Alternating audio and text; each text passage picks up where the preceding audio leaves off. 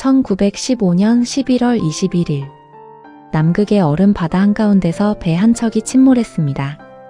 그 배에는 28명의 대원이 타고 있었습니다. 가장 가까운 인간의 흔적까지 거리는 수천 킬로미터. 무선 통신은 끊겼습니다. 구조 요청을 보낼 방법이 없었습니다. 식량은 한정돼 있었습니다. 기온은 영하 30도 아래로 떨어졌습니다. 상식적으로 전원 사망이 예정된 상황이었습니다. 그런데 이 28명은 전원 살아서 돌아왔습니다. 단 한 명도 잃지 않았습니다. 어떻게 이런 일이 가능했을까요? 그 답은 단 한 사람에게 있었습니다. 어니스트 세클턴. 그리고 오늘 우리가 주목할 것은 그 기적 같은 생還이야기만이 아닙니다. 그 남자가 영웅으로 귀환한 뒤 아무도 그를 영웅으로 대접하지 않았다는 충격적인 반전입니다. 지금 그 이야기를 시작합니다. 1874년 2월 15일 아일랜드의 작은 마을 킬키에서 어니스트 헨리 세클턴이 태어났습니다. 어릴 때부터 모험을 꿈꿨습니다. 16살에 상선의 승선의 배지를 시작했고 26살에는 로버트 펠컨 스콧의 남극 탐험대에 합류했습니다. 하지만 2000 남극 탐험에서 세클턴은 괴열병이 걸려 중도에 귀환해야 했습니다. 그는 이 굴욕을 잊지 않았습니다. 반드시 다시 돌아가겠다고 다짐했습니다. 1907년 세클턴은 자신의 탐험대를 꾸렸습니다. 남극점에 가장 가까이 접근하는 데 성공했지만 불과 180km를 앞두고 돌아서야 했습니다. 식량이 떨어졌기 때문입니다. 그런데 여기서 세클턴의 성격을 엿볼 수 있는 유명한 일화가 있습니다. 아내가 물었습니다. 왜 마지막 180km를 포기했나요? 세클턴이 대답했습니다.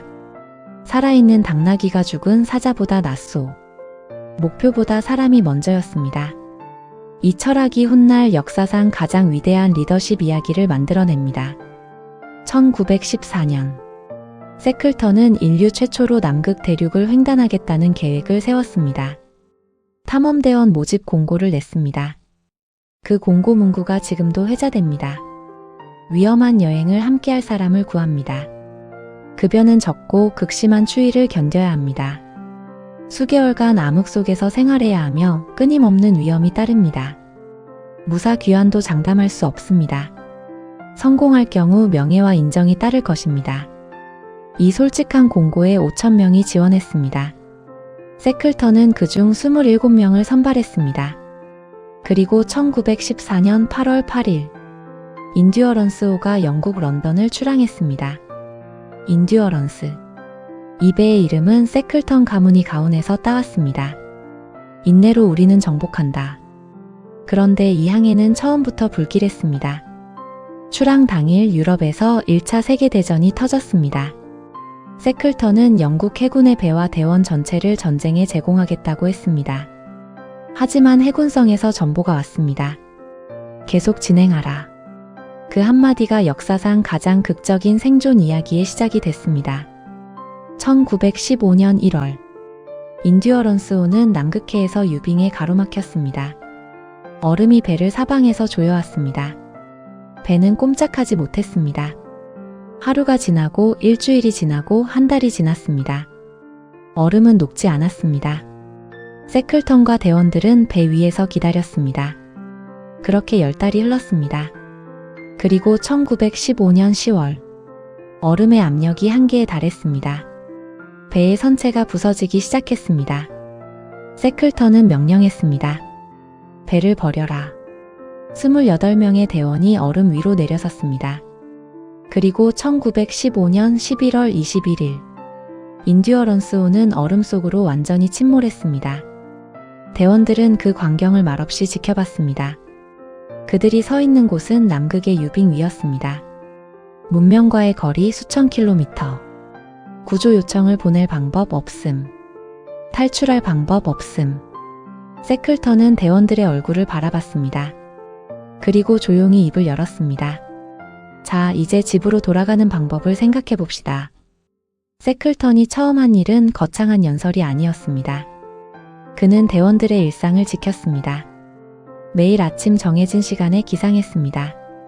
식사 시간을 지켰습니다. 저녁에는 노래를 부르고 이야기를 나눴습니다. 얼음 위에서도 일상의 리듬을 유지한 것입니다. 그리고 세클턴은 한 가지 원칙을 철저히 지켰습니다. 불평하지 않는다는 것. 그가 먼저 불안해하면 대원 전체가 무너진다는 것을 알았습니다. 그는 밤마다 대원들의 텐트를 돌아다녔습니다. 불안해하는 대원 옆에 조용히 앉았습니다. 따뜻한 코코아 한 잔을 건네며 말했습니다. 괜찮아. 우리는 반드시 돌아간다. 그런데 세클턴에게는 아무도 그런 말을 건네주는 사람이 없었습니다. 그는 혼자 버텼습니다. 대원들이 잠든 뒤 세클턴은 혼자 텐트 밖에 나와 얼음 위를 걸었습니다. 그리고 혼자 두려움을 삼켰습니다.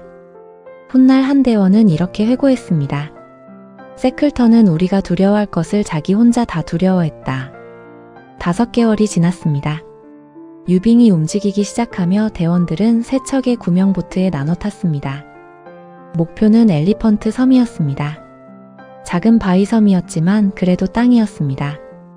7일간의 사투 끝에 엘리펀트 섬에 도착했습니다. 대원들이 처음으로 땅을 밟는 순간이었습니다. 495일 만이었습니다. 하지만 엘리펀트 섬은 항로에서 완전히 벗어난 곳이었습니다. 어떤 배도 이 섬을 지나지 않았습니다. 구조될 가능성이 없었습니다. 세클턴은 결단을 내렸습니다. 직접 구조를 요청하러 가겠다고. 그는 5명의 대원과 함께 가장 큰 구명보트 하나를 골랐습니다. 길이 6.7m. 목표는 1300km 떨어진 사우스 조지아 섬이었습니다. 세상에서 가장 험한 바다 드레이크 해협을 건너야 했습니다. 17일간의 항해. 파도 높이는 최대 15m. 영하의 기온. 선원들의 손은 얼어붙었습니다. 옷은 하루도 마를 날이 없었습니다. 하지만 세클턴은 포기하지 않았습니다. 그리고 1916년 5월 10일 작은 구명보트가 사우스 조지아 섬 해안에 닿았습니다. 세클턴의 항법사 워슬리는 이 항해를 두고 이렇게 말했습니다. 이것은 항해 역사상 가장 위대한 항법이었다. 사우스 조지아 섬에 도착한 세클턴은 즉시 엘리펀트 섬의 대원들을 구하러 나섰습니다. 3번의 시도가 얼음에 막혀 실패했습니다. 4번째 시도 끝에 마침내 엘리펀트 섬에 도착했습니다. 1916년 8월 30일 세클턴은 갑판 위에서 섬을 향해 외쳤습니다. 모두 무사한가? 섬 안에서 대답이 들려왔습니다. 전원 무사합니다. 세클턴의 눈에서 눈물이 흘렀습니다. 22명의 대원이 구조됐습니다. 인듀어런스호가 침몰한 지 634일 만이었습니다. 28명 전원 생존. 역사상 유례를 찾기 어려운 기적이었습니다. 그런데 세클턴이 영국으로 돌아왔을 때 세상은 그를 외면했습니다. 1916년에 영국은 1차 세계대전 한가운데 있었습니다. 매일 수천 명의 젊은이가 전선에서 죽어가고 있었습니다. 남극에서 28명이 살아 돌아온 이야기는 그 거대한 전쟁의 소용돌이 속에서 묻혀버렸습니다. 신문에는 작은 기사 하나가 실렸습니다. 환영 행사도 없었습니다. 영웅 칭호도 없었습니다. 세클턴은 아무도 기다리지 않는 항구에 조용히 내렸습니다. 세클턴은 이런 말을 남겼습니다. 어려움은 나를 강하게 만들기 위해 존재한다. 그는 이 말을 강연장에서 한 것이 아니었습니다. 얼음 위에서, 폭풍 속에서 아무도 알아주지 않는 귀환의 순간에 몸으로 증명했습니다. 세클턴의 리더십을 연구한 학자들은 그 핵심을 이렇게 정리합니다. 그는 절대 희망을 팔지 않았습니다. 거짓 희망을 주지 않았습니다. 상황이 나쁘면 나쁘다고 했습니다. 하지만 동시에 해결책을 찾는 것을 멈추지 않았습니다. 그리고 무엇보다 사람을 목표보다 앞에 뒀습니다. 남극 횡단이라는 목표를 달성하지 못했습니다. 하지만 28명의 목숨을 지켰습니다. 어떤 것이 더 위대한 성공인지는 역사가 말해줍니다. 세클턴은 또 이런 말을 했습니다. 낙관주의는 진정한 도덕적 용기다. 최악의 상황에서도 다음을 생각하는 것. 두려움을 혼자 삼키고 대원들 앞에서는 희망을 잃지 않는 것. 그것이 세클턴이 28명을 살린 진짜 이유였습니다. 세클턴은 1922년 1월 5일 또 다른 남극 탐험을 준비하던 중 사우스 조지아 섬에서 심장마비로 세상을 떠났습니다. 향년 47세. 아내는 그를 영국으로 데려오지 않고 그 섬에 묻었습니다. 그가 가장 사랑했던 곳 가까이에. 그가 세상을 떠난 지 100년이 지나서야 세상은 그를 제대로 평가하기 시작했습니다. 하버드 비즈니스 스쿨의 리더십 교재에 그의 이름이 실렸습니다. 나사는 극한 상황에서의 팀 운영을 연구할 때 세클턴의 사례를 분석했습니다. 전 세계 수많은 리더십 강의에서 그의 이름이 언급됩니다. 오늘 이야기를 마치며 한 가지만 생각해 보셨으면 합니다. 세클턴은 목표를 이루지 못했습니다. 인정도 받지 못했습니다. 하지만 그는 자신이 책임진 사람들을 단 한 명도 잃지 않았습니다. 우리 삶에서도 마찬가지입니다. 목표를 이루는 것이 전부가 아닐 수 있습니다. 내 곁에 있는 사람을 끝까지 지키는 것. 그것이 어쩌면 가장 위대한 성공일지도 모릅니다. 오늘 영상이 마음에 남으셨다면 구독과 좋아요 부탁드립니다. 다음 영상에서 또 다른 인생 이야기로 찾아오겠습니다. 명언 속 인생 다음 이야기에서 만나겠습니다.